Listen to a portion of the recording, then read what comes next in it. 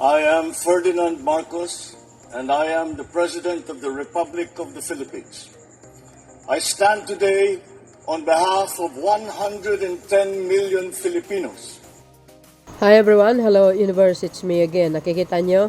O yan, nag-react or nagsalita ito si Congressman Abante Ayan ang pagtanggap ng campaign contribution mula sa Pugo at drug dealers ay hindi lamang illegal. Kung ito nga ay totoo, this also has implication on national security dahil ang Pugo ay connected sa China. Kailangan nating malaman kung tumanggap ng pera si BP Sara sa mga Pugo at drug lords.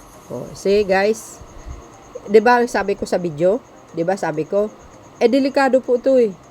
National security ang nakataya dito, guys. Remember, sabi ni Mr. Las Cañas, sabi niya, si Pulong Duterte konektado sa sindikatong Triad. Yan ang pakatandaan nyo. At remember din, ang Pogo, mismo si Digong, ang nag-allowed na mag-operate sila dito. Kaya nagkandalit-silitsi ang bansa.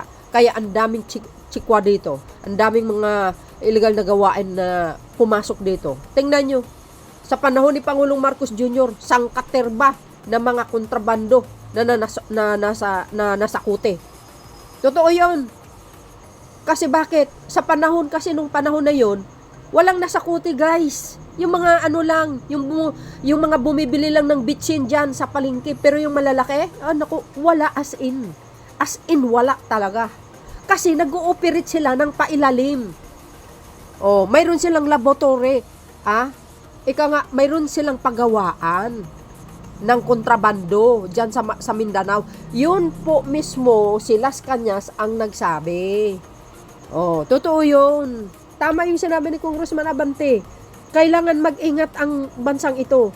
Napupugaran tayo, guys, ng mga masasamang elemento. Kung nakikita nyo sa mga news, maraming nahuhuling mga Chinese na nagpapanggap ng Pilipino. Pero hindi. Di ba? Totoo yun. Dito, House Committee on Human Rights, Chairpersons in Manila, Representative Benvenuto Abante urged the Office of the Ombudsman and he in the House of Representatives to investigate the allegation of Ramil Madriaga, the Vice President Sara Duterte 2021 to 2022 campaign efforts were bankrolled from money Pugo's operators and the drug dealers. Madriaga alleged that he personally delivered a large sums of cash for Duterte to bankroll Duterte's campaign for the 2022 election. Diba? So, dapat talaga kailangan imbestigahin ito sa House of Representatives. Sayang yung Quadcom. Sayang yung Quadcom talaga. Sila lang po yung naglakas loob na mag-imbestiga talaga. I don't know why. Bakit nawala yun? Tama. So, kailangan gumawa ng hakbang ang House of Representatives para ito imbestigahin, mga kababayan. Kasi nalalagay tayo sa hindi maganda. Mabuti ka mo, may matapang tayong Pangulo na ibinan ang Pogo. My goodness, guys. Alarming ito sa buong Pilipinas. Itong siniwalat ni Madriaga. Nako, kung ito'y totoo, nako po. Well, minsan naglalaro ang isip ko. Ito kaya totoo? Totoo kaya? Pero sabi ko naman, totoo ito kasi nga yung notaryo niya naman talaga is OG, guys. Ang ibig sabihin ng OG is original. Legit po yun. Hindi fake. Diba? Tapos, isa pa, yung abogado niya mismo nagpunta doon para ipanotaryo at nanumpa naman siya. So, ibig sabihin, hindi naman po magsugal yung isang tao sa sarili niya na alam niyang delikado, kung hindi ito totoo. Diba? Pero sabi nga, dahil nga iniwan siya sa ere, kaya kumanta. Kasi umaasa din yung tao. Diba? Kay Sara Duterte. Pero hindi Well, kaya ayan tuloy ang nangyayari, kumanta. Alam nyo ba na nakasaad sa Biblia, don't trust anybody, even your siblings or your parents. Why? Kaya kanila ipagkanulo. Only God you should trust, guys. Totoo yun. Sa Panginoon ka lang maniwala. or mag-trust, not your relatives, kasi kaya kanilang ipagkanulo. And that is biblical. Kung may pastor na nanonood sa akin, sasabihin nila totoong sinabi ni Let's Talk Vlog. Yes, totoo yun guys. Marami, talagang maraming mababasa mo sa Biblia. Pawang katotohanan lang.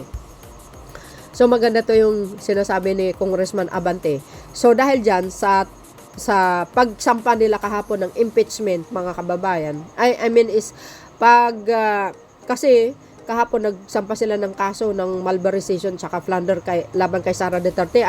Not only mga kababayan yung ibang grupo, pero kasama din po ang mga yung isang pari na nagsampa rin sila ng kaso. So dahil dito sa nito, dahil naghahanda sila na para buksan uli ang impeachment, mga kababayan. So maganda ito. So I think ito makakasama yan sa impeachment trial if ever na matuloy-tuloy itong impeachment trial na ito this coming 2026, na sana po ang House of Representatives ay kumilos na para paghandaan yan. Nako guys, kasaysayan na naman ito pag nangyari yan. Bakit kanyo? Panay ganyan na lang lagi tayo o, di ba? Yung dating ewan ko na lang. Kawawang mga maralita, kawawang mga inosenteng mga Pilipino. Kasi yung mga leaders na iba, pulpul, magnanakaw, isang drug lord pala. O, tsaka mamatay tao. Ganun lang yun 'Di ba? So dahil diyan sa impeachment na yan, eto, sabi ni Sara Duterte guys. Sabi dito, fishing expedition lang. Binatikos ni Vice Sara Duterte ang paghahain ng ilang grupo ng reklamo front at graph sa ombudsman laban sa umano'y pagwawaldas niya ng confidential fund. Di ba may video tayo dyan? Confidential fund ang binanggit niya dito, pero yung video natin, mga kababayan, yun? Tungkol doon sa pagsisiwalat ni Madriaga. Ito naman, giit ni BP Sara, gawa-gawa lang umano ang naturang mga reklamo para sirain siya. Ay sus, tingnan mo naman ang sarili mo, kung paano mo naman inaalipusta ang Pangulo. Sasabihin mo walang ginawa ang Pangulo. O lahat ng walang magandang nangyayari sa Marcos administration, kung paano mo sinisiraan ng Pangulo. Malinis ka talaga, no? Another fishing expedition is now being launched as they scramble to weaponize an accusation they can manufacture just to create a semblance at a procedure legitimacy for an investigation. Giit niya. Ayan yung sulat niya. Di ba? Hindi ko nabasahin guys. Mga babayan, last year, the House Committee on Good Government hindi ko talaga babasahin, pero binasa ko naman. Public accountability and full-blown fishing expedition searching of any that could be twisted into grounds for impeachment. Dapat lang. The came revelation that signatures for any impeachment were being quoted in exchange for budget allocation. Several lawmakers themselves recently confirmed how the constitutional process was being chipped and reduced to a marketplace. Wala kasi siyang paliwanag tungkol sa confidential fund niya. Ang tanong, saan napunta?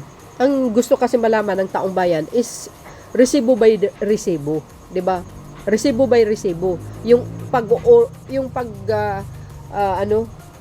paano mo ginastos yung pera, 'di ba? Dapat kumpleto, naka-itemize, naka-resibo lahat para ma-submit mo sa COA or saan man.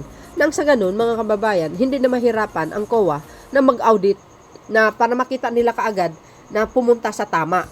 Tapos ipakita mo kung saan banda napunta itong pera na ito, 'di ba? Pero si Sara walang ganyan Wala siyang konkreto na ebidensya na ilathala sa harapan ng House Committee nung panahon na yun sa hearing. Bagkos ang ginawa niya, nagdideliryo. Halos ang ginawa niya. Nagdideliryo siya sa loob sa loob ng House Committee nung nagkaroon ng hearing. Ang daming nangyari nung panahon na yun 'Di ba? Walang walang confirm or clarification na explanation sa public. 'Di ba? kung saan napunta yung confidential fund. Walang clear baga. Yun ang ibig kong sabihin, correct me if I'm wrong. So, dapat lang naman, siyempre, ang taong bayan naghahanap, nagtatanong, anong nangyari? Saan napunta yung pera? 600 plus million, ang laking bagay na yun. Kunti na lang para magiging 1 billion. Ay, diba guys? Malaking nawawala dun eh. Yung mahihirap nga eh. 100 lang mawala sa bulsa nila, napakahalaga. Ayan pa kaya? Tax yan ng taong bayan. Dapat ginastos mo ng tama. Ewan ko lang kung tama yung sinabi ni Peebles. Chururut. Pinasweldo niya sa mga army niya. I don't know. I don't know kung totoo yun. If totoo yun, talaga naman, dapat lang managot ka. Kasi guys, minsan, matatakot din tayo sa anong maaring mangyayari na maibabalik sa atin. Yung karma ba? Kinatatakutan natin ang karma. Pag bumalik sa atin yan, baka dubli eh. Totoo yun. Kasi ang Diyos nakatingin sa atin. God is watching us everywhere. Wherever we go, God is always watching us, guys. Kaya gumawa tayo ng tama, kabutihan sa kapwa. Kasi alam po natin, pag gumawa tayo ng kabutihan sa kapwa, more blessing to come. Di ba? Pag gumawa ka ng kasamaan, ay sus Maria Joseph, dubli ang balik. Di ba? Either madisgrasya ka, either maputol ang paa mo. Di ba? That is guys, that is a consequence of what you did. Di ba? Ganun lang yun eh. Kaya ako, takot na takot talaga ako. Kahit sabihin mo yung may pinuntahan ako tapos inaway ako, tapos nagbitaw ako ng mga bad words or anuman, parang nagigilt ako eh. Supposed to be, talikuran ko na lang, hindi ko na lang papatulan. Kasi sabi ni Lord, mananatili kang magpakumbaba. Diba? Huwag kang gumanti. Hayaan mo ako ang gaganti. Ilalahad ko ang buong pagkatao nila. Nako, ayan na nga ang nangyari kay Sara Duterte. Hindi natin i-expect yung ginawa ni Madriaga. I hope panindigan niya yun na hindi po siya magbago sa kanyang pahayag. Nang sa ganun, malaki ang maitutulong ni Madriaga, guys. Para makulong ang number 1 na salot sa Pilipinas. Totoo yun. So, yan ang pahayag ni Sara Duterte. I think, ready na siya. Diba? Yun naman ang sinabi niya sa isang post niya. Ready na siya sa impeachment. Kailangan talaga. Para naman, para fair sa taong bayan. Kasi ang pera ng taong bayan ang nakataya dyan eh. Diba, mga kababayan? So, yun. Ayan. Ayan ang sabi niya pa, see? Wow. Grabe. Biro mo itong kababaeng tao.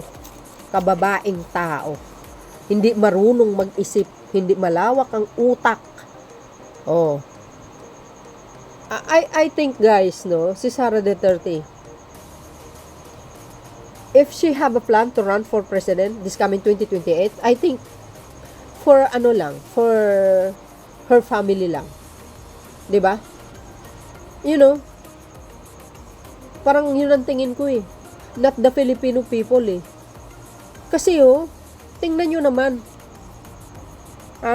Bilang presidente, bilang vice-presidente ng Pilipinas, nakikita nyo ba mayroon siyang achievement na nagawa sa bansang ito? Bilang vice-president? Wala, diba?